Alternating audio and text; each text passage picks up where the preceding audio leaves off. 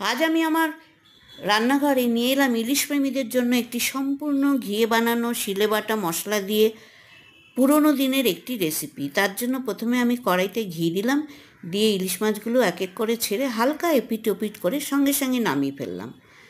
কড়াইয়ে আবারও বেশ পরিমাণ মতো ঘি দিলাম, ফোড়নের জন্য তেজপাতা আর সাদা জিরে দিলাম, দিয়ে নাড়াচাড়া করে শিলে বেটে রেখেছিলাম আদা জিরে কাঁচা লঙ্কা, সেই বাটাটাও দিয়ে দিলাম স্বাদ অনুসারে লবণ আর হলুদ।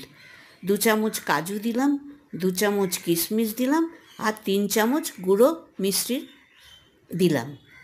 আপনারা এখানে চিনিও ব্যবহার করতে পারেন। যেহেতু এই রেসিপিটা মিষ্টি মিষ্টি হবে, সেহেতু আমি এখানে মিষ্টির পরিমাণটা বেশি দিলাম। দিয়ে দিলাম কিছু গরম মশলা বলতে এলাচ দারচিনি লবঙ্গ, দিয়ে নাড়াচাড়া করে সামান্য পরিমাণ জল দিয়ে মাছগুলিকে ছেড়ে দিলাম। ছেড়ে ঢাকা দিয়ে দিলাম 10 মিনিটের জন্য। 10 মিনিট পরে যখন সেটা রেডি হয়ে যাবে, নামানোর সময় 1 চামচ ঘি দিয়ে নামিয়ে রাখতে হবে। আর এটি গরম গরম ভাতে খেলে অসাধারণ লাগবে। আপনারা করে দেখবেন বাড়িতে, কেমন লাগলো কমেন্ট করে জানাবেন। Thank you.